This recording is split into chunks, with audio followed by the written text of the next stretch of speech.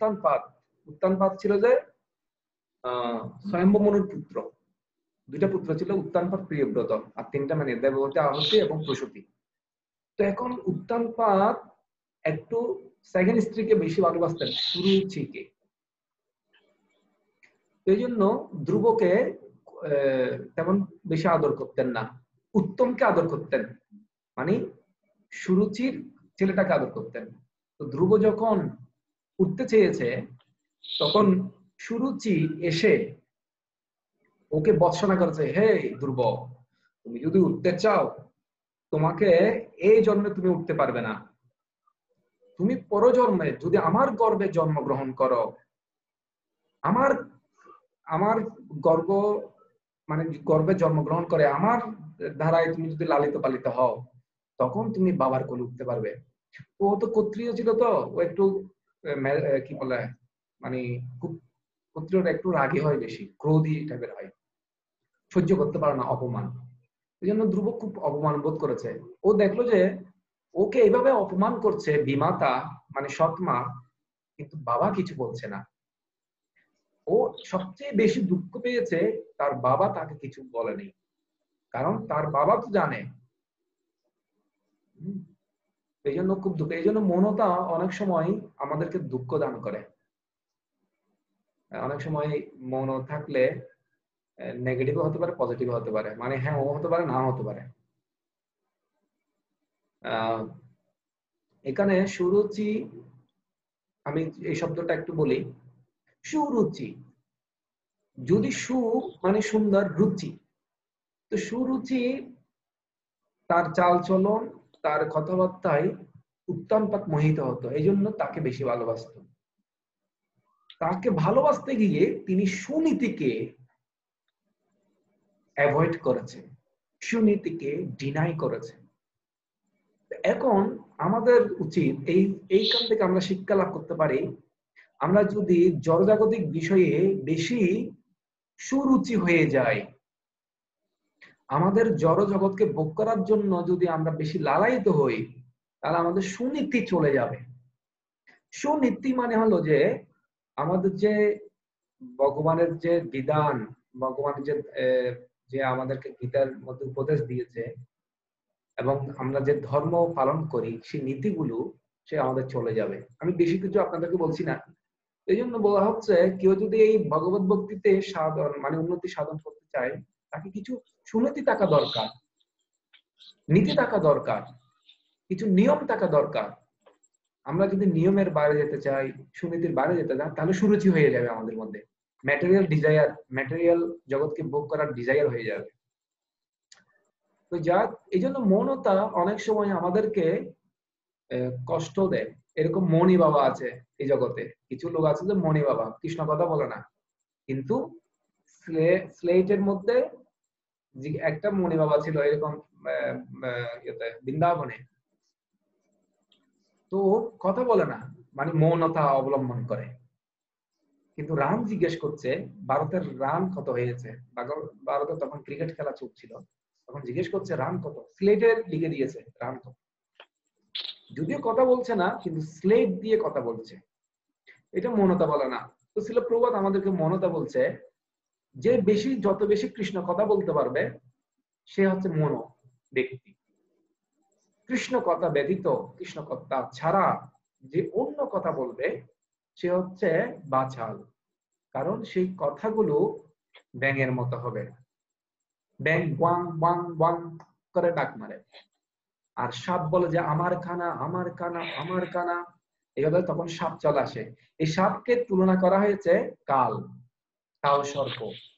সময় আমাদেরকে, আমরা অনেক কথা বলছি কিন্তু কৃষ্ণ কথা ছাড়া, সেই সময় কাল সর্প আমাদের আয়ুগুলোকে হরণ করছে, তার ফলে আমাদের মৃত্যু হবে। কারণ আমাদের আওয়াজগুলো কৃষ্ণ কথা ছাড়া, ব্যাঙের আওয়াজ বলছে রূপ গোস্বামী উপদেশামৃত বলেছিল। এই জন্য মৌনতা, ভীষ্মদেব যদিও মৌন ছিলেন কিন্তু শঙ্খ বাজাই দিলেন। ভীষ্মদেবে তার হর্ষ উৎপাদন করার জন্য শঙ্খ বাজালেন। এরপর শ্লোকে তত তৈ হয়ের যুক্ত, এখানে এই শব্দগুলো আমাকে আসলে আমি যখন গীতা রসামৃত ক্লাস দিয়েছিলাম, এই শ্বেত হই শব্দগুলোটা দিয়ে ব্যাখ্যা করেছিলাম। আমার যেহেতু সময় নেই, আমি এমনি একটু করে অতটা বলি। শ্বেত মানে সাদা, হয়ে মানে ঘোড়া, শ্বেত হস্ত মানে শ্বেত অর্শ, যুক্তই মহতি সন্দনে স্থিত, খুব আনন্দের সাথে স্থিত আছে কে?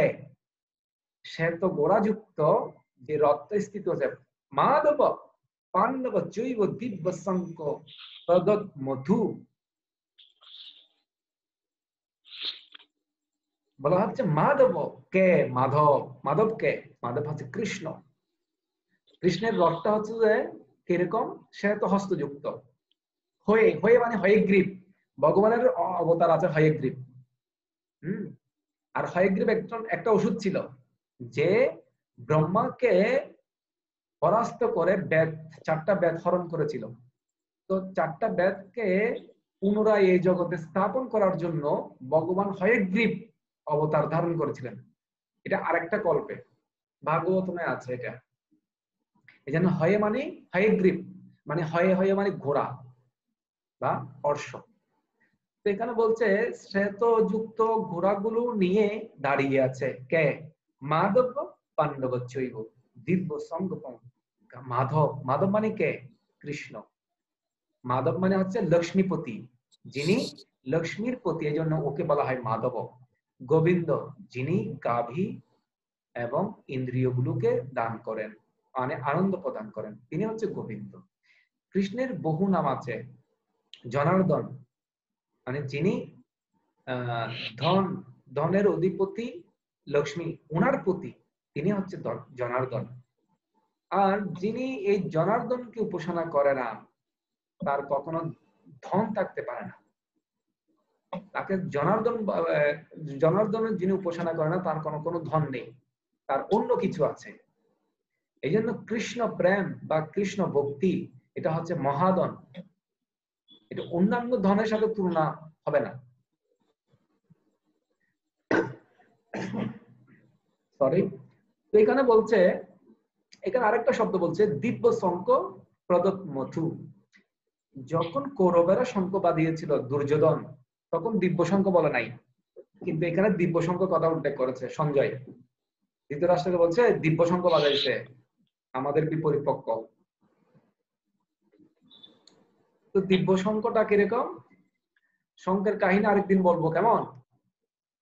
কেউ ঘরের মধ্যে স্ত্রী শঙ্খ রাখবেন না। শঙ্খ, ভগবানের যে শঙ্খ, পাঞ্চজন্য শঙ্খ কিভাবে লাভ করেছিলেন? দেবদত্ত, তারপরে বিজয়, মণিপুর, মণিপুর বিজয়, এই এখানে 5টা শঙ্খ বাঁধিয়েছিল 5জন পঞ্চপাণ্ডব। এরপর হচ্ছে কৃষ্ণ বাঁধিয়েছিল 5জন্য শঙ্খ। এগুলো সবগুলোর কাহিনী আছে, আমি আরেকদিন বলবো। এই 5জন্য শঙ্খের কাহিনী আপনাদেরকে আরেকটা ক্লাসে বলবো, যদি বলার সুযোগ থাকে। আপনারা তো চলে যাবে, আমি বলবো কেমনে দাঁড়ায়। এই জন্য অধ্যায়টা শেষ করতে হবে। যেমন অনন্ত বিজয়, দেবদত্ত, এগুলো সবগুলোর কাহিনী আছে। না ভাই, এটা পাচ্ছি না। হ্যাঁ, আরে বল।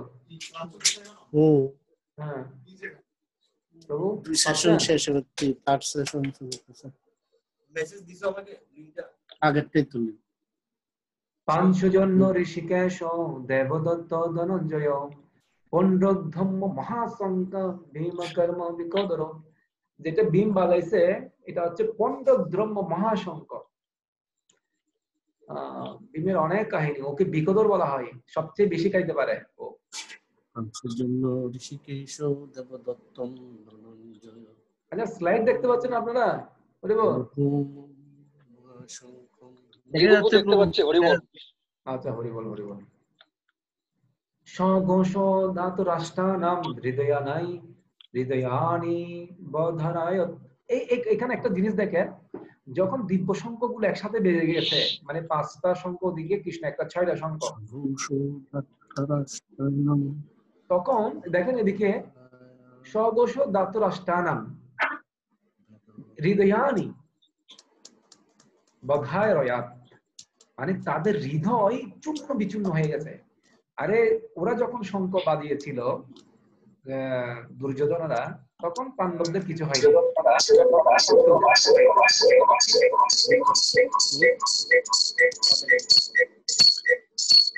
প্রভু অনেক শব্দ হচ্ছে। হ্যাঁ, ওই আমি মুড করে দিচ্ছি, একটা আনমুড ছিল, মুড ছিল না, আনমুড ছিল। তো এখন এদের যখন পাণ্ডবেরা শঙ্খ বাজিয়েছে তখন তাদের হৃদয় কম্পিত হয়েছে কৌরবদের। এই জন্য বলছে হৃদয়ানি বধারয়াত নবচ্চ পৃথিবীম চৈব। নব মানে আকাশকে বলা হয়। পৃথিবী পর্যন্ত তুমুল শব্দ হয়েছিল, প্রচন্ড শব্দ হয়েছিল, পুরো পৃথিবী কেঁপে গেছিল। পৃথিবীম চৈব, ওদের শব্দ কিন্তু পৃথিবী খাবে নাই। কিন্তু যখন পাণ্ডবেরা শঙ্খধ্বনি করলো, এই জন্য এগুলো হচ্ছে বিজয়ের লক্ষণ, দিব্য শঙ্খ, বিজয়ের লক্ষণ এগুলো। আর আছে মাধব, মাধব মানে যিনি লক্ষ্মীপতি, যেখানে শ্রী বিজয় থাকবে।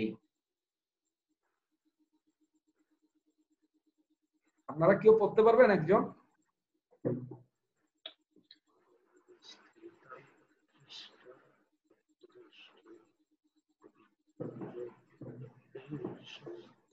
অত ব্যবস্থিতান দৃষ্টা ধাতরাষ্টান কপিধ্বজ। দেখেন এখানে কপিধ্বজ বলছে, কপিধ্বজ মানে হচ্ছে হনুমান চিহ্নিত পতাকা, ধ্বজ মানে পতাকা। প্রবৃত্তে সন্ত্র সম্পাদে তনুর উদ্ধন্ন পাণ্ডব ঋষিকেশ তথা বাক্য নিদমাহ মহিপথে। এই মহিপথটা দিয়ে আমি একটা ক্লাস দিয়েছিলাম, কেন ধৃতরাষ্ট্রকে মহিপথে বলেছে। সঞ্জয় এখানে বলছে মহিপথে। ও আসলে ধৃতরাষ্ট্র কখনো মহিপথে নয়, ওকে একটু প্রশংসা করেছে। কাকে? ধৃতরাষ্ট্রকে একটু প্রশংসা করে দিয়েছে। কেন? মহিপথে হচ্ছে যে ভগবান বিষ্ণু মানে বরাহদেব। বরাহদেব যখন রসাতলে পৃথিবী চলে যাচ্ছিল তখন বরাহদেব মানে কুর্ম কি বলা হয়, বরাহ অবতারে ভগবান পৃথিবীকে রসাতলকে রক্ষা করেছিল। আর তার ফলে পৃথিবীর সাথে বরাহদেবের বিয়ে হয়েছিল। এই জন্য পৃথিবীর সাথে বিবাহ হয়েছে, এই জন্য পৃথিবীর নাম হচ্ছে মহি। মহি মানে পৃথিবী, পথে মানে যিনি পতি। তো পৃথিবীর স্বামী কে? পৃথিবীর স্বামী হচ্ছে বরাহদেব। কিন্তু এখানে ধৃতরাষ্ট্রকে কটাক্ষ করে সঞ্জয় মহিপথে বলেছে। কেন? আপনি তো আমার এই ভগবদ গীতার জ্ঞান শুনে আপনার তবু এখনো বুদ্ধি হচ্ছে না যে কারা জয় হবে। এখানে কপিধ্বজ, কপিধ্বজ মানে হনুমান চিহ্নিত পতাকা। যেখানে হনুমান থাকবে সেখানে বিজয় হবে। কেন? রামচন্দ্র যুদ্ধে মানে কি বলা হয়, রাম রাবণের যুদ্ধে হনুমান ছিল কার পক্ষে? রামের পক্ষে। আর হনুমান যেখানে থাকে সেখানে বিজয় হয়। আর এখানে হনুমান কিভাবে উপস্থিত? পতাকার মধ্যে। একটা আছে, প্রবাদ আছে, হনুমান কিভাবে যুদ্ধ করেছে। হনুমান যখন ভীম যখন বনে ছিল তখন হনুমানের সাথে দেখা হয়েছিল। এগুলো অনেক কাহিনী আছে কিভাবে দেখা হয়েছে। হ্যাঁ, আমি এগুলো বলতে গেলে ক্লাস তো শেষ হবে না, এই জন্য আমি চলে যাচ্ছি আরেক জায়গায়। এখানে আসুন। মহাযোদ্ধা ও কৃষ্ণ ভক্ত অর্জুন কেন যুদ্ধ না করার জন্য ধনুর্বাণ পরিত্যাগ করেছিলেন? এখন অর্জুন দেখেন এই যোগটার নাম কি? বিষাদ যোগ। এই প্রথম অধ্যায়টার নাম হচ্ছে বিষাদ যোগ। এখন এই সমস্ত সৈন্য দেখে অর্জুন হঠাৎ করে ধনুর্বাণ পরিত্যাগ করে দিয়েছেন। বলতে আমি আর যুদ্ধ করবো না, বনে গিয়ে ভিক্ষাবৃত্তি করবো। অনেক জ্ঞান দিয়ে দিলেন কৃষ্ণকে। কৃষ্ণ সব শিষ্যের মতো শুনেছিলেন। এখানে একদিকে হয়ে গেছে অর্জুন গুরু, আরেকদিকে হয়ে গেছে কৃষ্ণ শিষ্য। কিন্তু যখন বিষাদ যুগের পরে সাংখ্য যুগ আসবে তখন কৃষ্ণ গুরু হবে, কৃষ্ণের কাছে সারেন্ডার হবে অর্জুন। তার সমস্ত কথা শোনার পর তাকে উপদেশ প্রদান করবে। দেখেন অর্জুন এখানে ধনুর্বাণ নিয়ে যুদ্ধ করতে এসেছিল, মানে যুদ্ধ করতে এসে বলছে আমি যুদ্ধ করবো না। তো কৃষ্ণ বলছে এটা কি মশকরা পাইছো নাকি? নাচতে এসে স্টেজের মধ্যে নাচতে এসে যদি না নাচো তাহলে এত কিছু আয়োজন কি জন্য করেছো? সমস্ত আর্যভক্তের যোদ্ধারা এখানে উপস্থিত হয়েছে, সমস্ত দুই পক্ষে ভাগ হয়ে গেছে, সমস্ত যোদ্ধারা সবকিছু রেডি। এখন এই জাস্ট শঙ্খধ্বনি অলরেডি বেজে গেছে, আর শঙ্খধ্বনি বাজার পর বলছে যে আমি যুদ্ধ করব না, আমি দেখতে চাই কারা কারা আমার সাথে যুদ্ধ করতে এসেছে। কেন কি নাটক পাইছো নাকি? মঞ্চে উঠে নাটক না করে যাবে তামাশা, মানুষ কি বলবে তোমাকে? এখানে এইগুলো কিছু কারণও আছে, এই কারণগুলো খুবই গভীর তত্ত্ব। যদিও আমরা হালকা হালকা করে একটু একটু বলে চলে যাচ্ছি। এখন অর্জুনের কি বিষাদ, কেন ধনুর্বাণ পরিত্যাগ করলো সেটা আমরা দেখি। ও কেন নাচতে সেখানে না নাচা শুরু করেছে, স্টেজ থেকে পালাচ্ছে কেন আমরা দেখব। ওর কি কি সমস্যা, আমাদেরও এরকম সমস্যা আছে। আমরাও জীবন যুদ্ধে অনেক সময় যুদ্ধ করতে যাই কিন্তু বলে যে না যুদ্ধ করব না, ভক্তি করতে চাই কিন্তু ভক্তি করব না, ভক্তি করাটা খুব কঠিন, আমি কৃষ্ণ ভক্তি হব না, কৃষ্ণ ভক্তি করলে আমার সব চলে যাবে, আত্মীয় স্বজন পরিজন। আসলে কৃষ্ণ ভক্তের কেউ কিছু চলে গেছে নাকি? আমাদের অনেক গৃহস্থ ভক্ত আছে, তাদের চলে গেছে সবকিছু? হ্যাঁ, কার কি চলে গেছে? কিছু চলে যায় নাই, শুধুমাত্র কৃষ্ণকে অ্যাড করেছে জীবনের সাথে। জীবনের সাথে কৃষ্ণকে যদি অ্যাড করে দিই তাহলে কৃষ্ণ আমার সাথে থাকবে, কিছুই চলে যাবে না। তো আমরা এই কৃষ্ণ ভক্তি যদি করতে চাই, সামান্য করে একটু যুদ্ধ করতে হবে, এটা আমাদের চালাতে হবে। অর্জুনের মতো যুদ্ধক্ষেত্রে এসে পালালে হবে না। আর পালালে ভগবান কৃষ্ণ কি বলছে দেখেন, পরের শ্লোক আমরা বলবো এগুলো ও কি বলেছিল। দেখেন, অর্জুন তার ধনুর্বাণ গ্রহণ করে স্বর নিক্ষেপ করতে প্রস্তুত হলেন। অর্জুন বললেন, হে অচ্যুত, উভয় পক্ষের সৈন্যদের মাঝখানে আমার রথ স্থাপন করো। এবং কৃষ্ণকে আদেশ দিচ্ছে, বস হয়ে গেছে, বস, এই যাও আমার রথটা সামনে নিয়ে যাও, আমি দেখি কারা কারা যুদ্ধ করতে আসছে। আরে কারা কারা যুদ্ধ করতে আসছে তো তুমি জানো না? এর আগে তুমি দেখো না, লিস্ট দেখো না কে কে কে যুদ্ধ করতে আসবে? তুমি জানো না তোমার পিতামহ দ্রোণ, তারপরে কর্ণ, দুর্যোধন দুর্যোধন আদি তার ভাইয়েরা, ওরা তুমি জানো না? ওদেরকে চিনো না?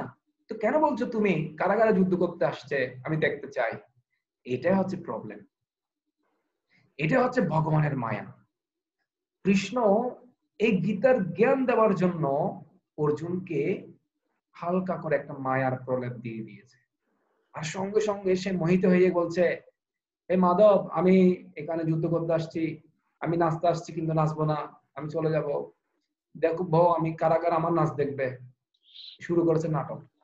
তখন অর্জুনকে এভাবে ভগবান মোহিত করে শুরু করলেন তার কি কি সমস্যা। এই যে ঠিক এরকম আমরাও জীবন যুদ্ধে আমাদের অনেক সমস্যার কথা বলি, এখানে অর্জুনও বলবে আমার কি কি সমস্যা দেখেন। হে মাধব, আমি যাদেরকে দেখছি এরা তো আমার আত্মীয় স্বজন। শুরু করবে। গুড়াকেশের অনুরোধে ভগবান তখন উভয় পক্ষের শূন্য দলের মাঝখানে রথ স্থাপন করলেন। অর্জুন তখন সেখানে সমস্ত আত্মীয় স্বজনদের উপস্থিত দেখতে পেলেন। এখানে কিছু কিছু শব্দ দেখেন, অচ্যুত শব্দে ভগবানকে অচ্যুত বলে সম্বোধন করাইছিলেন ভগবান কৃষ্ণ, এখানে অর্জুন। এখানে বিভিন্ন ভগবানের নামগুলো এর আগে বলেছিলাম যে মাধব, তারপর বলেছে যে অচ্যুত। অচ্যুত মানে যিনি চ্যুত হন না। যেমন ধর ভগবান দ্রৌপদীকে রক্ষা করার জন্য উনি চ্যুত হন নাই। দ্রৌপদী সামান্য একটু কাপড়ের টুকরা দিয়েছিল যখন কৃষ্ণের আঙ্গুল কেটে গিয়েছে। আর ভগবান কৃষ্ণ তার যখন বস্ত্রহরণ হয়েছিল তাকে টনকে টন কাপড় দিয়েছে। এই জন্য ভক্তকে উনি রক্ষা করার থেকে কখনো চ্যুত হন না। এই জন্য ভগবানের নাম হচ্ছে অচ্যুত। উনি তার মর্যাদাকে রেখে দিয়ে উনি রথের সারথি হয়ে গেলেন।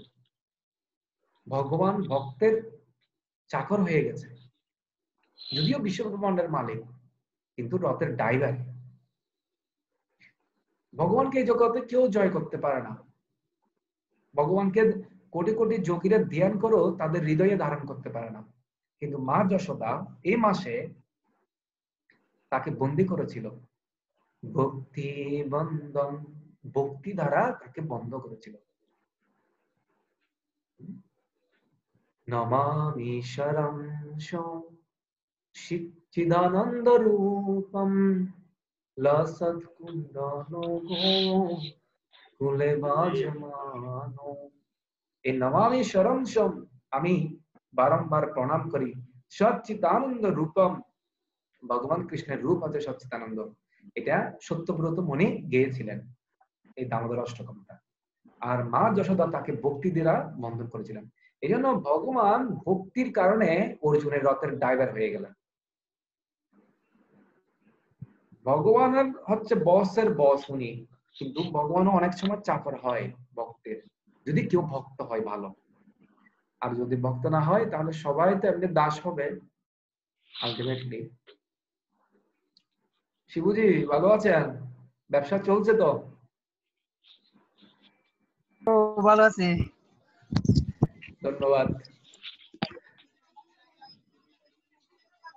ভগবানের সাথে ভক্তের সম্পর্ক অত্যন্ত মধুর এবং অপাকৃত। ভক্ত সর্বদাই ভগবানের সেবায় উন্মুখ। ঠিক তেমনই ভগবানও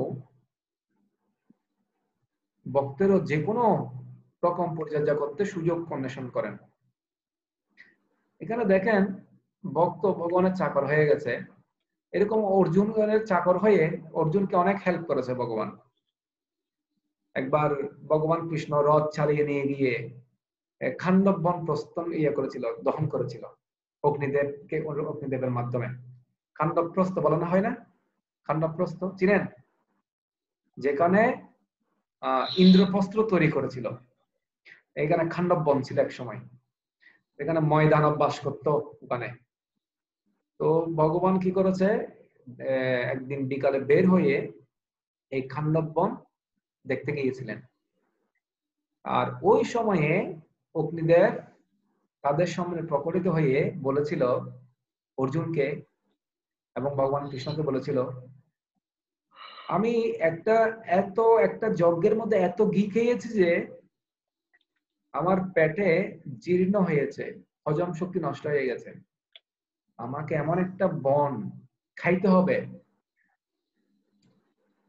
আপনি কৃপা করে হে ভগবান আমাকে একটা বন খাওয়ান, মানে জঙ্গল খাওয়ান।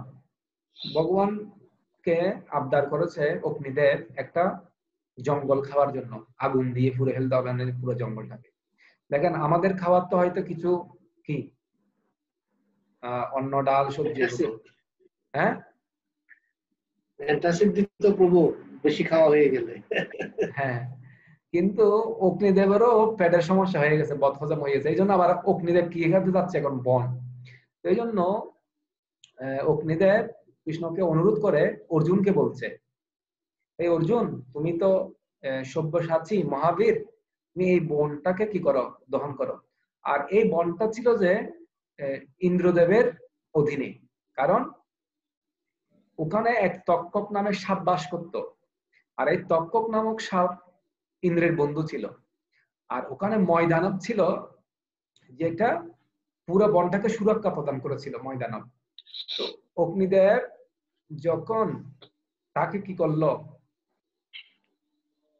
অর্জুনকে বলল তুমি এই ধনুক নাও, তখন গান্ডীব নামে একটা ধনুক দিয়েছিল, এই জন্য গান্ডীবধারী অর্জুন বলা হয়। এটা অগ্নিদেব প্রদান করেছিল। এরপর শঙ্খ প্রদান করেছিল দেবদত্ত নামক। তারপর রথ দিয়েছিল, দিব্য রথ। এগুলোর অনেক কাহিনী আছে, কে কোনটা দিয়েছে, ধনুক। তারপর হচ্ছে যেটা তুন দিয়েছে, তুন তুন মানে হচ্ছে যেখানে তীর রাখে, সেটা হচ্ছে যে অসমাপ্ত তীর। অসমাপ্ত তীর মানে এখানে কখনো তীর শেষ হবে না ওই তুনের মধ্যে। ওই তুনটা দিয়েছিল অগ্নিদেব, কিন্তু এগুলো একজন আরেকজন থেকে দিয়েছিল। অগ্নিদেব সবগুলো নিজে থেকে দেয়নি, এগুলো মানে আরেকজন থেকে প্রাপ্ত। তো এই দিব্য রথ, দিব্য ধনু, তারপর দিব্য অশ্বগুলো দিব্য। হর্ষ ওখানে এর আগে শ্লোকে বলছে না, সাদাযুক্ত অশ্ব, এগুলো সাদা ছিল, এগুলো অগ্নিদেব প্রদত্ত সব। তো এই দিব্য রথ দিয়ে যখন, দিব্য ধনু দিয়ে যখন এই খান্ডব বনকে আক্রমণ, মানে কি করেছে, বান নিক্ষেপ করেছে, তখন খান্ডব বনে তক্ষক নামক এই সাপটা অর্জুনের শত্রু হয়ে গেল। এই জন্য পরীক্ষিত মহারাজকে এই তক্ষক নামক সর্প দর্শন দর্শন করেছিল। কারণ তক্ষক পাণ্ডবদের আগে থেকে শত্রু ছিল। কেন? যে জঙ্গলে তক্ষক বাস করতো সেই জঙ্গলটা পুড়িয়ে দিয়েছিল অর্জুন, আর ওখানে ময়দানবকে রক্ষা করেছিল আবার অর্জুন। এই জন্য পুরো বনটা জ্বালার পর ওখানে যখন পশু পাখি সব মারা গিয়েছিল, আর অগ্নিদেবের এর কারণে অগ্নিদেবের পীড়াটা মানে জীর্ণটা ভালো হয়ে গিয়েছিল, আর অগ্নিদেব সুস্থ।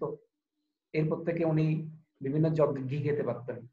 কারণ অগ্নিদেব কোথায় খায়? ঘি খায়। যজ্ঞেতে ঘি দেই যে আমরা, ওম স্বাহা ইদম মামা ইন্দ্রা স্বাহা, তখন অগ্নিদেব কি করে? ওই ঘিটা খাইতো। কিন্তু এমন একটা যজ্ঞ হয়েছে, খাইতে খাইতে ঘি ওর পেটটাই নষ্ট হয়ে গেছে, এই জন্য আবার খান্ডব বনটা খাইতে হয়েছে। ওই সময়ে অর্জুন ওই সময়ে আরো অনেক ঘটনা ঘটেছে। যেমন ধরেন যমুনাকে বিয়ে করেছিল কৃষ্ণ, যমুনা নদীকে, যমুনা নদীর পাশেই খান্ডব বনটা ছিল। তো যমুনা অন্বেষণ করছে একটা প্রতির, তখন অর্জুন বলছে, হে সুন্দরী, তুমি একা একা এই বনে কি করছো? বলছে, আমি আমার পতিকে অন্বেষণ করছি। বলছে, তুমি কি তোমার পতি কে হবে? বলছে, আমার পতি হবে অজয়, আমার পতি হবে এই জগতের স্বামী, একমাত্র সে হবে, মানে বিষ্ণু ভগবান। এই জন্য এরপরে অর্জুন এই যমুনার সাথে কৃষ্ণের বিয়ে প্রদান করেছিলেন। এইগুলো একই ঘটনা ঘটেছিল, কিন্তু ওখানের মধ্যে তাদের বন্ধুত্ব ছিল অন্যরকম, কৃষ্ণ এবং অর্জুন। যদিও ওখানে ড্রাইভার ছিল যে কৃষ্ণ, অর্জুন রথের মধ্যে বসেছিল। আমি আপনাদেরকে বলছিলাম যে ভগবানকে কেউ যদি ভালোবাসে তাহলে ভগবান তার চাকর হয়ে যাবে, তার সেবা করবে। এরকম অনেক ঘটনা আছে, আরেকদিন বলা হবে। তানা সমীক্ষ চ কুন্তেয় সর্বান বন্ধুর অবস্থিতান কৃপয়া পরয়া বিষ্ট বিশিত অন্নি অব্রবীত। কেউ দেখতে পাচ্ছেন? হ্যাঁ, অর্জুন বিষণ্ণ হয়েছিলেন। তো বিষণ্ণ হওয়ার কিছুটা কারণ ছিল। দেখেন ওর কারণ কি কি, ও কেন বিষাদগ্রস্ত হয়েছে? বন্ধু বান্ধব আত্মীয় স্বজন সবাই আসছে ওখানে, জয় হলে আমিও কাদের নিয়ে উপভোগ করব। ও বলছে, আমি যদি জিতে যাই যুদ্ধে, কাদের নিয়ে আমি উপভোগ করব? কারণ যাদের নিয়ে উপভোগ করবো তারা তো সবাই যুদ্ধে মারা যাবে। তার মানে তার উপভোগ করার একটা বাসনা ছিল, কৃষ্ণ ওটাতে তাকে আঘাত করেছে। তুমি উপভোগ করার জন্য এই জগতে মানে চাচ্ছ। পরবর্তীতে আমরা তৃতীয় অধ্যায়ে দেখবো যে আসলে কৃষ্ণকে সন্তুষ্ট করার জন্য যুদ্ধ করেছিল। এরপর হচ্ছে পাপ প্রতিক্রিয়ার ভয়। 1 থেকে 36 থেকে 38 নম্বর শ্লোকে আছে পাপ প্রতিক্রিয়ার ভয়। পারিবারিক ঐতিহ্য ধ্বংস, কারণ হস্তিনাপুর ঐতিহ্য ধ্বংস হয়ে যাবে সবাই মারা গেলে। কারণ এখানে সবাই বৃদ্ধরা উপস্থিত ছিলেন, পিতামহ আবার কৃপাচার্য সবাই উপস্থিত ছিলেন, তখন সবাই যুদ্ধে মারা যাবে। তাহলে আমাদের ঐতিহ্য আর কে রাখবে? এবং সিদ্ধান্তহীনতা, এগুলোর আবার উত্তর দেওয়া আছে কোথায়? এগুলো যে তার দ্বন্দ্ব, এগুলো যে তার বিষাদ, এগুলো উত্তর দেওয়া আছে দ্বিতীয় অধ্যায়ে 11 থেকে 30 নম্বর শ্লোকে উত্তর দিয়েছে ভগবান সবগুলোর। তারপরে জয় হলে উপভোগ করতে পারবো না, তো দ্বিতীয় অধ্যায়ের 31 থেকে 37 নম্বর উত্তর দিয়েছে ভগবান। পারিবারিক ঐতিহ্যের ধ্বংস, এটা 45 থেকে 46 নম্বর অধ্যায়ের 3 থেকে আবার 3 অধ্যায়ের 24 নম্বর শ্লোক উত্তর দিয়েছে।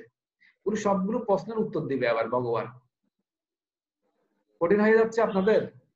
কঠিন হচ্ছে একটু?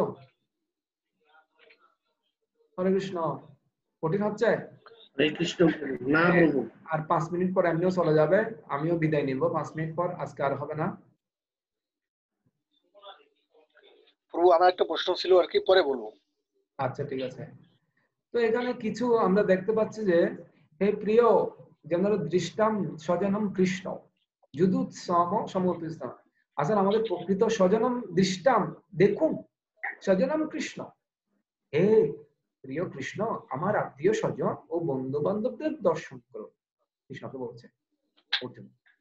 আরে স্বজনম কৃষ্ণ, আসলে প্রকৃত স্বজন হচ্ছে কৃষ্ণ। আসলে আমরা এই জগতে অনেক স্বজন মনে করি, আমার আত্মীয় স্বজন মনে করি।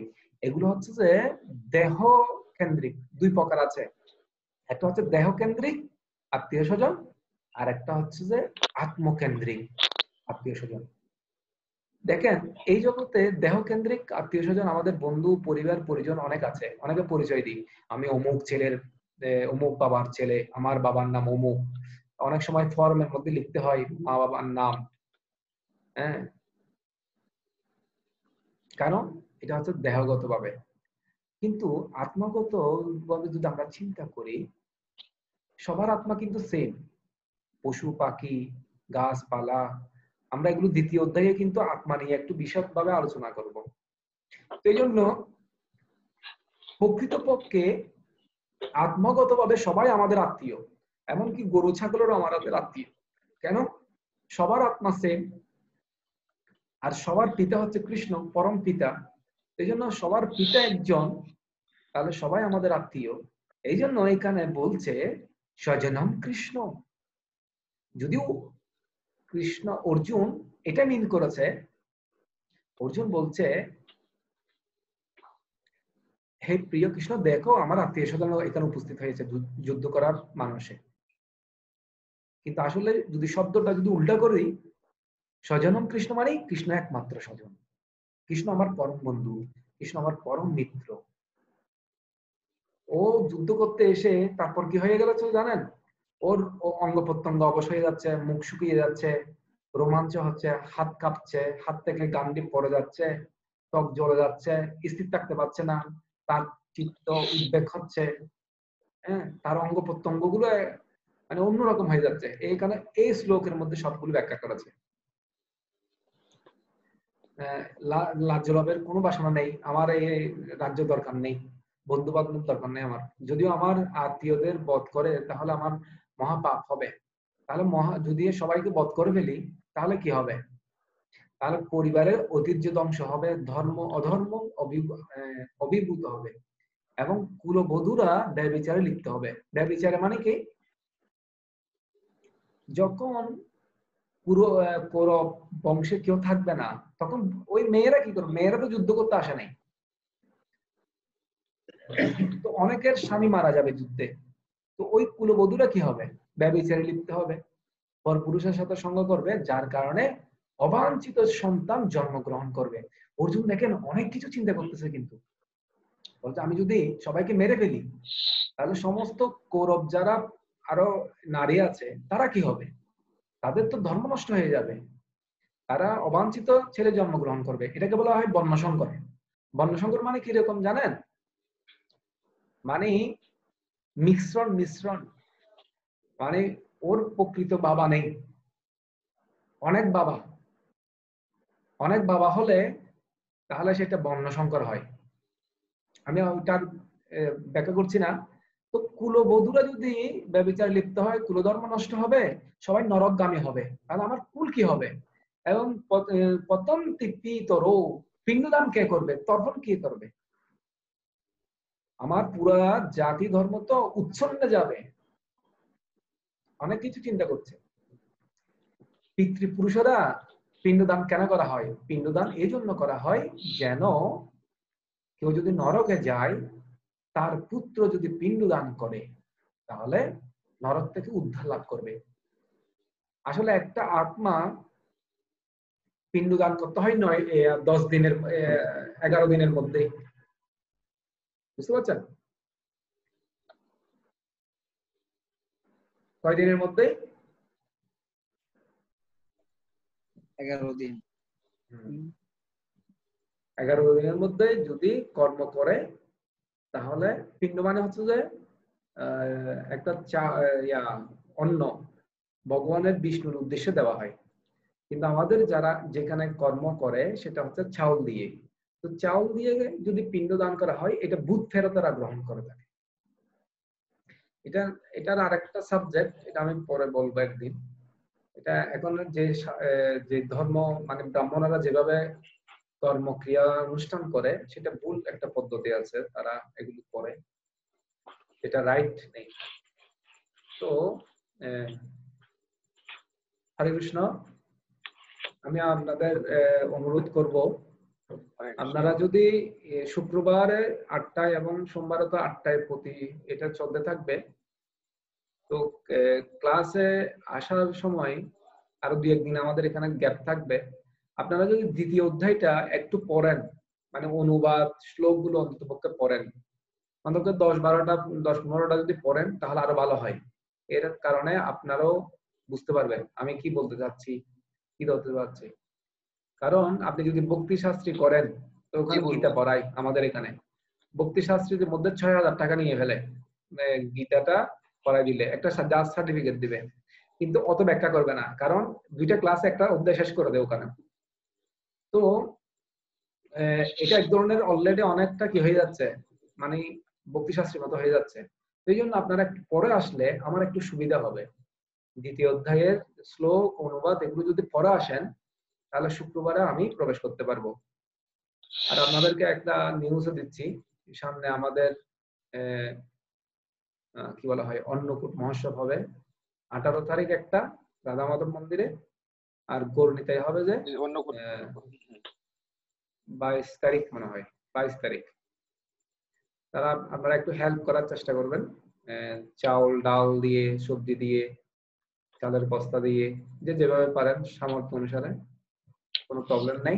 তো এখন অর্জুন দেখেন এই সমস্ত গুলো তার কারণ দেখিয়েছে, ধর্ম নষ্ট হয়ে যাবে, এই হয়ে যাবে, সে হয়ে যাবে, কাকে আমি পিণ্ডদান করব, সমস্ত জাতি চলে যাবে। কিন্তু লাস্ট একটা শ্লোক বলেছে দেখেন, 46 নম্বর শ্লোক বলছে, এব মুক্তা অর্জুন শঙ্কে রত উপস্থিত উপাবিশত বিসিজ্য সশরম চাপম শোকসং বিঘ্ন মানস। অর্জুন এখন ওকে বলছে আপনি আমাকে এমন ভাবে কোনো কিছু বলেন যাতে আমার শোক দূরীভূত হয়। এখন জ্ঞান প্রদান করার জন্য বলছে, বুঝা গেল? ওটি বল, কি বুঝতে পারছেন? হ্যাঁ,